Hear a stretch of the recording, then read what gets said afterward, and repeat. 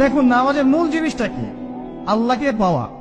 নামাজে দাঁড়িয়েছি, নামাজে কতটুকু মনোযোগ থাকে, কি পড়ি বুঝি কিনা, সূরা ফাতিহার অর্থ বুঝি কিনা, সেজদায় আল্লাহকে পাই কিনা, আমি দোয়া করলে আমার চোখ দিয়ে পানি ঝরে কিনা, তেলাওয়াত বুঝি কিনা, রুকু ধীরস্থির ভাবে করি কিনা, সেজদা ধীরস্থির ভাবে করি কিনা, নামাজে কি আমি চুরি করি, এগুলো খেয়াল রাখতে হবে। স্থিরতা থাকবে। অনেকে দেখি নামাজে রুকু করেন, রুকু থেকে মাথা না তুলেই তাবাস করে সেজদায় চলে যান, করেন কিনা? এটা নামাজ চুরি করা। এই নামাজ আল্লাহর কাছে কবুল হয় না। একটা হাদিসে আসছে, বহু নামাজি আছে যাদের নামাজ শেষ হওয়ার পরে নামাজটাকে নিয়ে তাদের মুখের উপর নিক্ষেপ করে দেওয়া হয়। বলেন নাউজুবিল্লাহ। আমরা কি এমন নামাজি হতে চাই? নবী সাল্লাল্লাহু আলাইহি ওয়াসাল্লাম নামাজে দাঁড়াতেন, দুনিয়া ভুলে যেতেন।